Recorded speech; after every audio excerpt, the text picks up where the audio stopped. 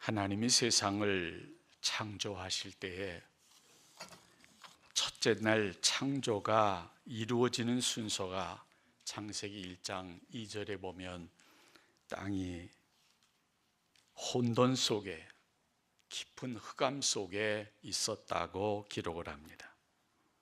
그리고 하나님이 말씀하시기를 빛이 있으라 하시니 빛이 있었다. 빛이 있고 나서부터 이 세상이 존재하는 것으로 우리는 생각을 합니다. 그러나 성경은 이 세상이 시작되어질 때 빛보다 어둠이 있었던 곳에서 빛이 시작되어진 것을 봅니다. 바로 오늘 우리가 사는 세상, 이 나라의 모습이 그렇게 창조될 때의 어두움, 혼돈, 그런 모습이 우리들 가운데 나타나지 않는가 두려운 마음 갖게 됩니다. 그때는 순수하게 하나님이 세상을 창조하실 때의 역사였지만은 지금은 사탄의 역사로 말미암아 우리가 사는 모든, 우리와 관련된 모든 것들이 그렇게 어지럽고 악하고 추한 모습으로 우리들 앞에 있습니다. 제가 시골에 내려오면 요즘 저에게 묻는 사람마다 어지럽죠, 시끄럽죠, 서울에서 어떻게 삽니까? 텔레비에 비치는 서울은 온통 난리터인데 저희 동네는 조용합니다. 아무런 것도 몰라요.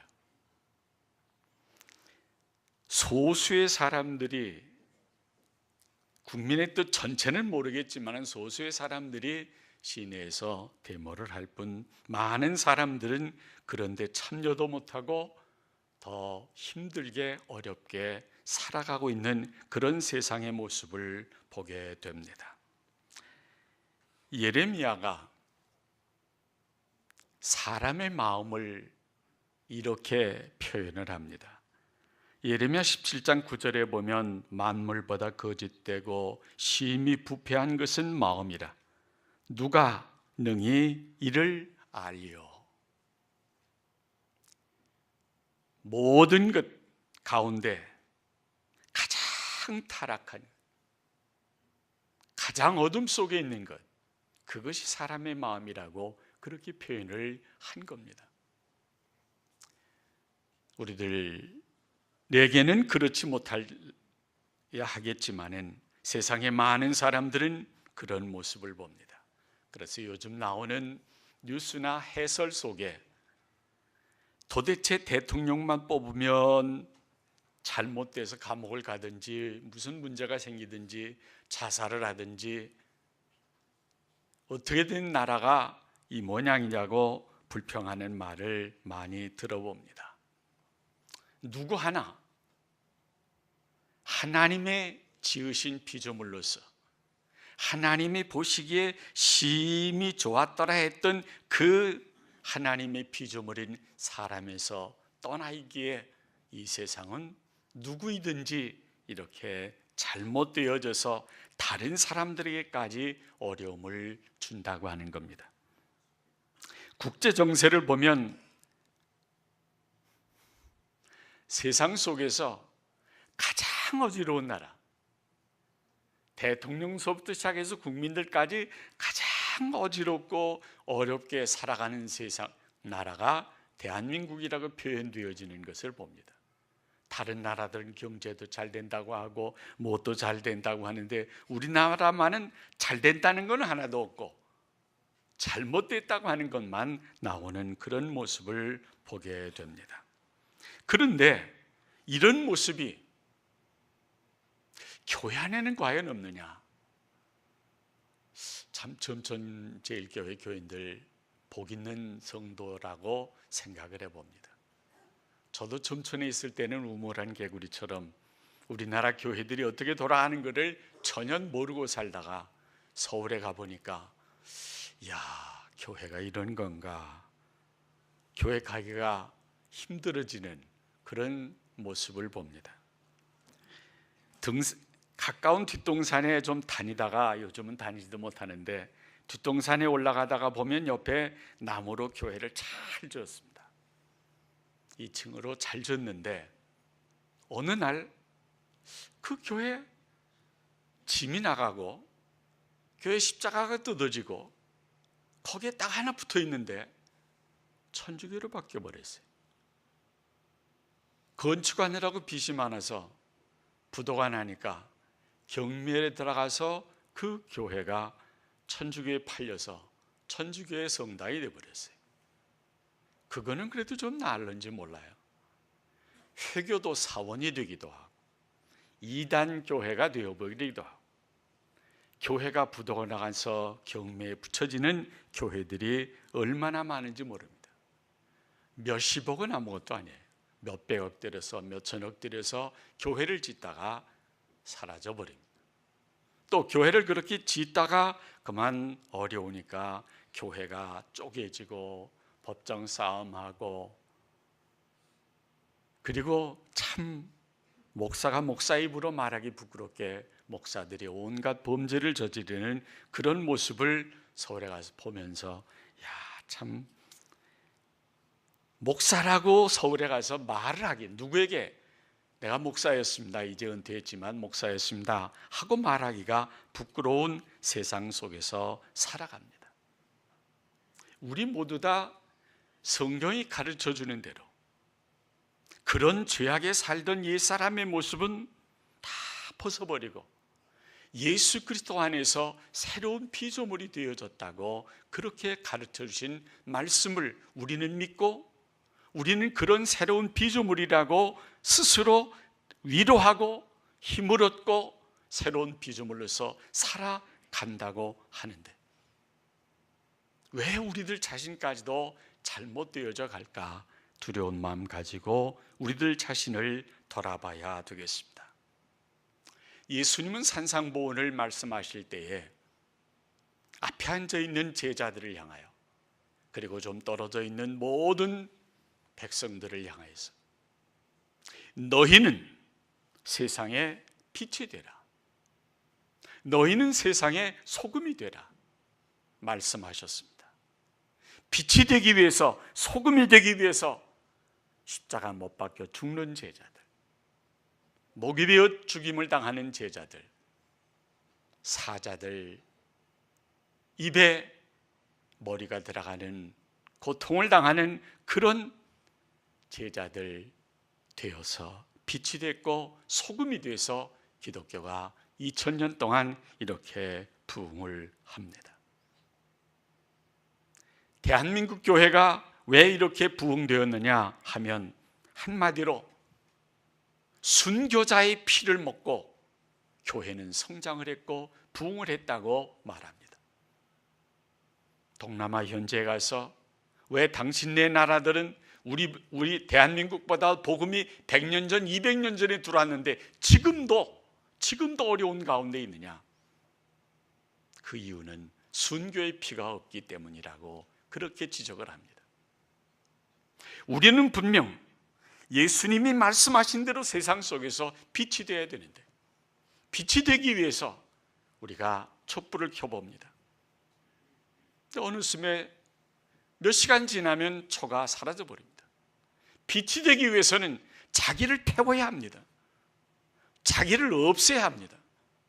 그런데 내가 살아있음으로 빛의 역할을 하겠다고 하는 예수님의 말씀, 성경과는 전혀 반대 현상을 가지니까 빛이 나오지 아니하고 잘못되어지는 겁니다. 어둠이 나온다는 말입니다. 소금을 뿌려놓으면 소금 자체는 사라져 버립니다. 그러나 소금의 역할은 그 식물들 속에서 역사를 합니다. 내가 없어져야 주님이 사는데, 내가 없어져야 말씀이 사는데 우리가 그렇지 못하다고 하는 것입니다. 참으로 우리는 본문 말씀대로 낡아져가는 육신 속에서 살아갑니다. 낡아져간다는 표현, 나이 들어간다는 표현이기도 하고 더 죄에 물들어간다는 표현일 수도 있습니다. 더 사탄을 따라간다는 그런 표현일 수도 있습니다. 그런 사람에서 분명히 속사람이 강건해지는 성령의 역사로 말미암아 새 심령이 돼서 새 마음이 돼서 그렇게 주님의 말씀대로 살아가는 역사가 이루어져야 하는 거 생각해 보면서 이 말씀이 가르쳐 주시는 은혜를 받기를 소망합니다. 먼저 낡아지는 겉사람입니다. 제가 은퇴를 하고 나서 여러 번 말씀을 드립니다마는 어르신들께 참 죄송합니다. 제가 목회를 할 때 어르신들을 향해서 참 잘못한 것 같아요. 노인들의 심정을 젊은 사람이 알 수가 없어요. 노인들에게 어떻게 해야만 된다는 것을 전혀 몰랐어요. 근데 제가 노인 되고 나니까 이렇게 해야 되는데 그렇게 못했구나. 이렇게 해드려야 되는데 못했구나. 교회들을 혹하게 되면 그 교회에서 노인들을 어떻게 하는가 보고 교회들이 노인들에 대해서 너무 잘못하고 있구나. 신학교에서 목사가 은퇴하면 어떻게 해야 된다 가르쳐 주질 않습니다. 또 은퇴하기 전에 노인들을 향하여 어떻게 목회해야 된다 하는 것 가르쳐 주질 않습니다. 성경은 분명히 있습니다. 성경은 너희가 낡아져 갈지라도 나이 들어서 연약해져 갈지라도 너희 속사람은 강건해서 그래서 하늘나라를 소망하며 이 세상을 이겨가야 된다고 그렇게 가르쳐 줍니다. 우리는 육신이 연약해지면 연약해질수록 주의 도우시는 은혜를 힘입어서 하늘나라를 바라보는 돌에 맞아 죽어가는 스데반이 그 눈이 떠져서 하늘을 바라볼 때 우리 주님이 서서 영접하듯이 스데반을 향하여 팔 벌리고 서 있는 모습을 스데반이 바라보면서 우리 주님이 저기 서 계신다. 주님을 바라볼 수 있는 영안을 가진다면 그는 승리하는 사람이 되어질 겁니다. 낡아지는 늙어 연약해서 죽어가는 그런 노인이 아니라 하늘나라를 향하여 나아가는 젊은 청춘과 같은 그런 심령이 되어질 수 있을 것입니다. 그래서 나이 들어갈지라도 우리의 속사람은 늙지 않고 젊어질 수 있는, 새로워질 수 있는 더 말씀에 가까이 하고 기도해서 새로운 힘을 얻고 하나님의 나라로 나아가는, 우리가 세상에 태어나기 위해서 어머니가 해산의 고통을 겪었다면 하늘나라 가기 위해서 우리 자신은 해산의 고통을 다시 해야만 합니다. 참 노인네 생활 참 힘들어요. 어렵고 주님이 도와주지 아니하시면 할 수가 없습니다. 어제 아침에 계 목사님이 설교 부탁하시기에 다른 이유를 가지고 부탁을 했으면 못하겠습니다. 설교 준비를 하루 만에 할 수도 없고 어떻게 합니까? 그런데 모친상 당해서 그러시다고 하니까 어떻게 할 말이 없어서 이해하고 말았습니다. 근데 이해하고 나서 설교를 준비할 수도 없고 여기 내려오는 시간적인 여유 뭐 이런저런 문제 있으니까 어떻게 할 길이 없어요. 큰일 났다. 준비된 원고 없이 설교하는, 사실 그건 전에 비슷한 설교 있었던 거 뽑아서 가지고 나왔을 뿐입니다. 참 성의 없는 것 같이 어쩔 수 없이 설교를 하게 됐지만은 분명한 것은 주님이 은혜 내려주시면 우리가 말씀을 듣고 말씀을 깨닫고 말씀대로 살고 말씀을 전할 수 있는, 가르칠 수 있는 은혜가 우리에게 임하게 되어진다고 하는 것입니다. 육신으로 연약해져 있는 노인들, 어르신들은 더욱더 주 안에서 힘을 내시고, 젊다고 하지만은 그 속사람이 젊지 못했다고 한다면 그 속사람이 젊어질 수 있기를 원해야 되겠습니다. 이 말씀에서 더욱더 우리가 생각해야 될 것은 나이가 많아서 낡아지는 그런 사람이 아니라 시간이 흘러갈수록 낡아지듯이 나빠지는, 잘못되는 그런 사람들 가운데 하나가 되어져서는 안 된다고 하는 겁니다. 이전에는 여름 어린이 성경학교 하면 주일학교 어린이들에게 나무판을 가져와라, 그리고 못을 가지고 부모님 말씀을 안 듣든지 무슨 잘못을 하면 못을 하나씩 박아라, 그리고 착한 일을 하거든 못을 빼봐라. 성경학교가 끝날 때쯤 못 몇 개가 남았느냐 그거 따져서 못을 많이 뺀 아이들을 상 주고 못을 많이 빼지 못한 아이들에게는 자 봐라, 너 잘못한 게 이렇게 많은데 내가 잘한 것 가지고도 이거 못을 다 못 뺐으니까 다음부터는 못을 많이 빼는 그런 아이가 되라, 그렇게 이야기했던 기억이 납니다. 우리는 못을 많이 박는 사람만 됐지 빼서 없애버리는 그런 삶은 살지 못하지 않았는가 두려워해야 되겠습니다. 하나님이 만드시고 보시기에 심히 좋았더라 하신 이 세상 속에 가장 대표적인 피조물은 아담이었습니다. 그런데 그 아담이 사탄의 역사로 말미암아 선악을 알게 하는 나무 열매 따먹고 그가 범죄하게 됐을 때 하나님은 땅은 너로 인하여 저주를 받고 너는 종신토록 수고하여 그 소산을 먹으리라. 땅이 네게 가시덤불과 엉겅퀴를 낼 것이라. 네가 얼굴에 땀이 흘려 식물을 먹고 필경은 흙으로 돌아가리라. 범죄하는 사람의 생은 하면 할수록 어렵고 일하면 할수록 더 힘들고, 그리고 아무리 세상 것을 다 누린다고 할지라도 그의 마지막은 흙으로 돌아가 버리는, 멸망의 자리에 빠져버리는 무서운 일이 벌어진 것을 우리는 믿습니다. 성경을 알려고만 하지 말고 그 성경을 믿어서 내가 아담과 같은 자리에 빠져 있지 않을까. 아담과 같은 죄인, 아담의 후손이기에 우리도 아담일 수밖에 없는 그런 사람이기에 예수님이 오셔서 나를 구원하신 것이 아닐까. 아담이란 말, 사람이란 말입니다. 여러분이 사람이라면 여러분 다 아담입니다. 예수 안에 없으면 흙으로 돌아갈, 멸망할 사람에 불과합니다. 우리는 예수 그리스도 안에 있으므로 옛사람 아담이 아닌 새 사람, 예수 그리스도 안에서 새 사람 된 아담, 둘째 아담인 예수 그리스도 안에서 새 사람으로 변화된 사람일진데 우리는 죄를 향해서 가는 그런 사람 되지 말아야 되겠습니다. 이 세상을 가리켜서 사도 바울은 로마서 3장에서 이렇게 기록을 합니다. 의인은 없나니 하나도 없으며 깨닫는 자도 없고 하나님을 찾는 자도 없고 선을 행하는 자도 없나니 하나도 없도다.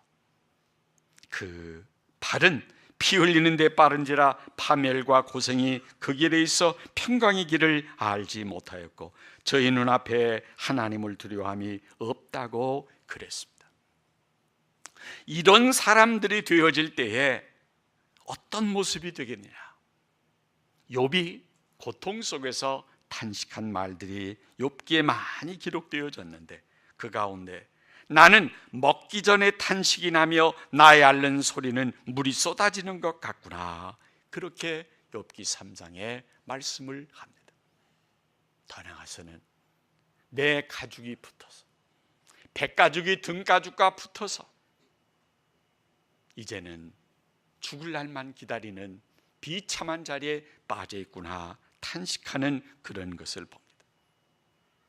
또한 열왕기상 19장에 있는 대로 하늘에서 불이 내려와 제단을 태우고 이단 선지자, 우상 선지자 850명을 다 목베어 죽이고 승리한 엘리야. 그러나 이세벨 왕후가 내가 너를 죽이리라 한마디에 무서워서 도망을 가고, 도망가다 가다 힘들어 지쳐 로뎀나무 아래 앉아서 하나님 앞에 죽기를 구합니다. 하나님, 나를 죽여주십시오. 이세벨이 나를 죽이려 합니다. 죄악의 무리들이, 사탄의 무리들이 나를 죽이려 합니다. 나를 죽여주십시오. 자살할 마음이 그의 마음속에도 있었다고 하는, 아마 조그만 믿음이라도 남아있지 않았더라면 자살했을지도 모릅니다. 그러나 조그만 믿음도 없는 사람이 아닌, 그래도 조금은 남았기에 하나님, 나는 도저히 못 살겠으니까 날 죽여주십시오. 그렇게 간구할 수밖에 없는 그런 모습을 보면서 우리가 어떤 자리에 놓여 있느냐, 이 세상 모든 사람들이 어떤 길을 걷든지 나는 이런 사람의 길을 걷지 말아야 되겠다. 예수 그리스도 안에서 새로운 피조물이 되어져 있는 그런 새로워지는 속사람, 두 번째로 생각을 하고자 합니다. 구원받은 성도는 하나님의 법인 말씀을 즐거워하는 그리스도 안에서 새로운 피조물로서 사생을 살아가야 합니다. 누구든지 그리스도 안에 있으면 새로운 피조물이라. 예수를 믿으면 새로운 피조물이라. 예수님의 말씀대로 살면 새로운 피조물이라.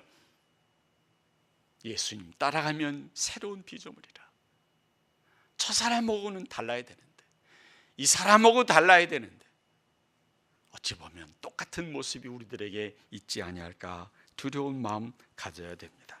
사도 바울은 로마서 7장 22절에서 내 속사람으로는 하나님의 법을 즐거워한다고 했습니다. 하나님의 법을 즐거워하는, 하나님의 말씀이 좋아서 하나님의 말씀대로 살고자 하고, 하나님의 말씀대로 가르치고자 하고, 하나님의 말씀대로 전하고자 할 수 있어야 한다고 하는 것입니다.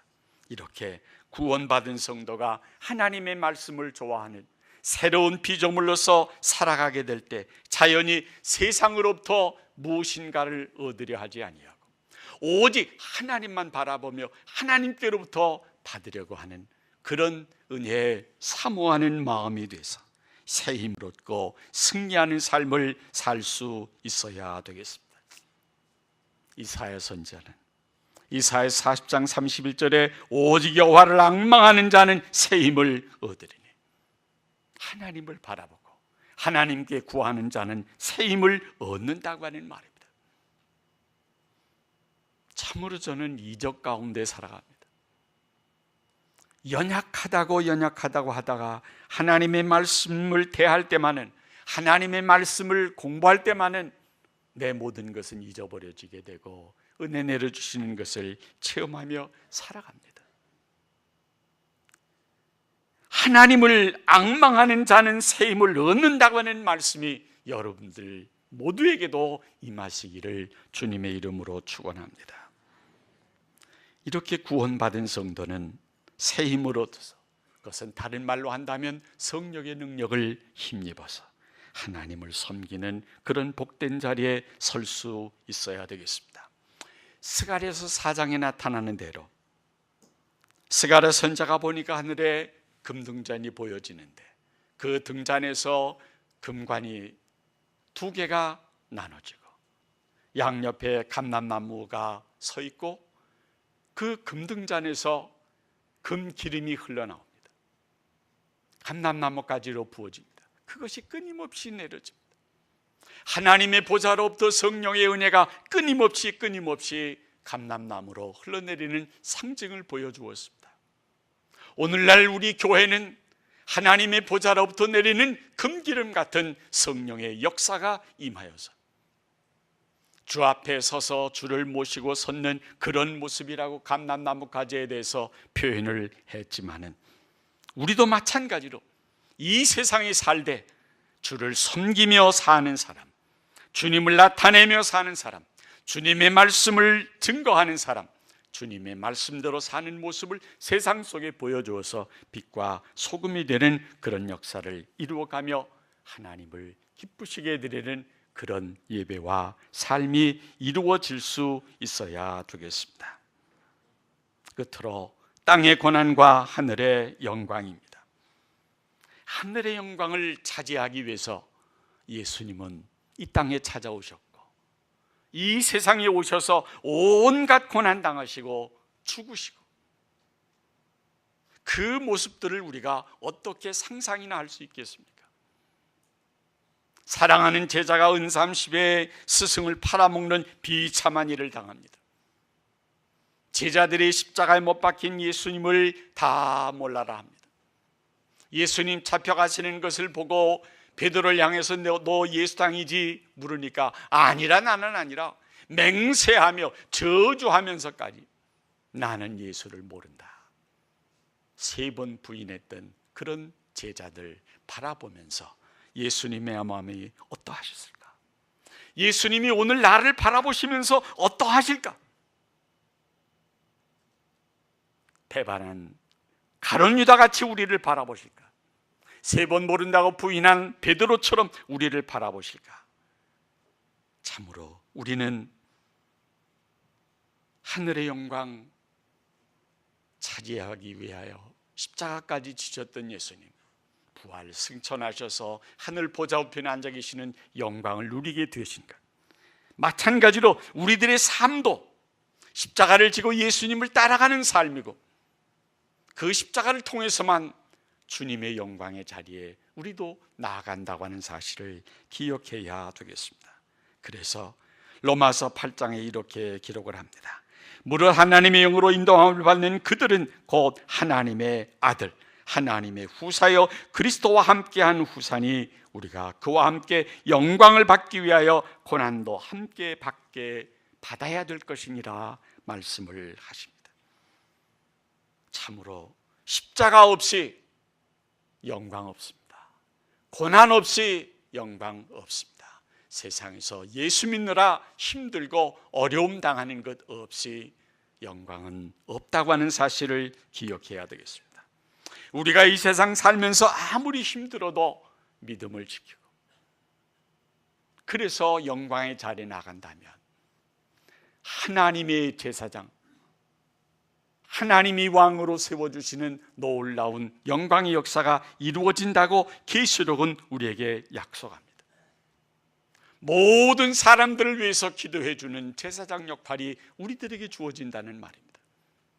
왕이 되듯이 다른 사람들을 인도하며 가르치고 지도하는 그런 자리에 서게 되어진다고 하니까 실제로는 얼마나 더 영광스러운 모습일지 우리는 알지 못하지만은, 그러나 제사장 역할, 왕과 같은 그런 영광스러운 자리에 서게 된다고 하는 사실을 우리는 기억해야 되겠습니다. 더 나아가서 성도는 새 예루살렘에서 하나님의 백성으로 위로받으며 사망과 슬픔이 다시 사라져서 온전히 하나님 섬기며 하나님 나라 영광을 누리며 살게 되어진다고 계시록 21장 3절 4절에 이렇게 말씀합니다. 내가 들으니 보좌에서 큰 음성이 나서 가로되 보라, 저희는 하나님의 백성이 되고 하나님은 친히 저희와 함께 계셔서 모든 눈물을 그 눈에서 씻기심에 다시 사망이 없고 애통하는 것이나 곡하는 것이나 아픈 것이 다시 있지 아니하리니 처음 것들이 다 지나갔음이로라. 그래서 그 뒤에 계시록 22장 3절에 보면 하나님과 그 어린 양의 보좌가 그 가운데 있으리니 그의 종들이 그를 섬기며, 이 세상의 모습이 어떠했든지 믿음을 지켜서 고난을 이기고 영광의 자리에 나가면 하나님과 어린 양 되신 예수 그리스도를 섬기는 종이 될 수 있다고 그렇게 계시록은 가르쳐 줍니다. 우리는 사람을 섬기는 종이 되지 말고, 돈을 섬기는 종이 되지 말고, 세상의 그 어떤 것을 섬기는 종이 되지 말고 여호와 하나님을 섬기는 종이 이 세상에서도 하늘나라에 가서도 이루어질 수 있어야 합니다. 사탄은 세상과 사람을 잘못되게만 하려고 우는 사자같이 위협하고 뱀같이 지혜롭게 미혹함으로 이 세상과 사람들은 더욱더 악하여지고 세상을 망하게 만듭니다.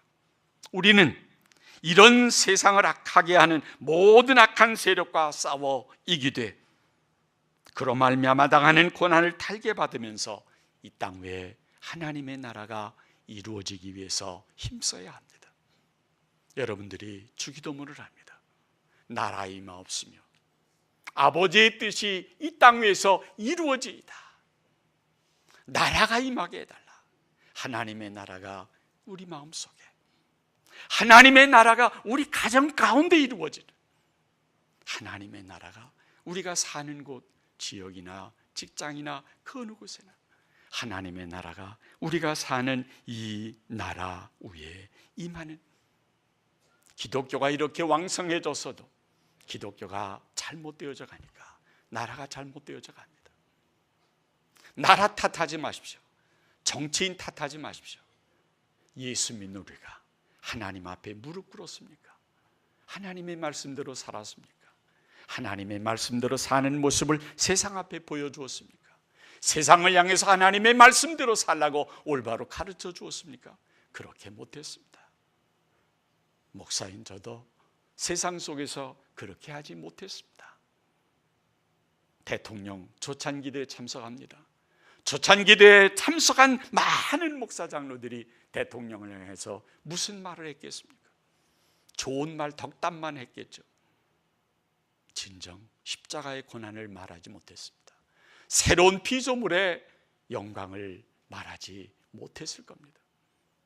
분명 우리는 이 세상을 변화시킬 힘이 없습니다. 그래서 성경은 말합니다. 힘으로도 네가 가지고 있는 그 어떤 것으로 할 수 없으나 오직 내가 주는 능력으로만, 성령이 주시는 능력으로만 모든 것이 변화되고 모든 것을 이룰 수 있다고 말씀하십니다. 성령의 은혜를 받아 하나님만을 기쁘시게 해드리며 하나님 앞에서 정결하여 평안을 누리는 삶을 살아서 세상과 사람과 악한 세력을 이기는 승리의 선한 삶을 살아야 되겠습니다. 악한 세상에서 구원받아 마지막 날 주님이 내 이름을 불러주심으로 영생복락의 나라에, 그 천국에 넉넉히 들어가는 은혜 받으시기를 주님의 이름으로 축원합니다.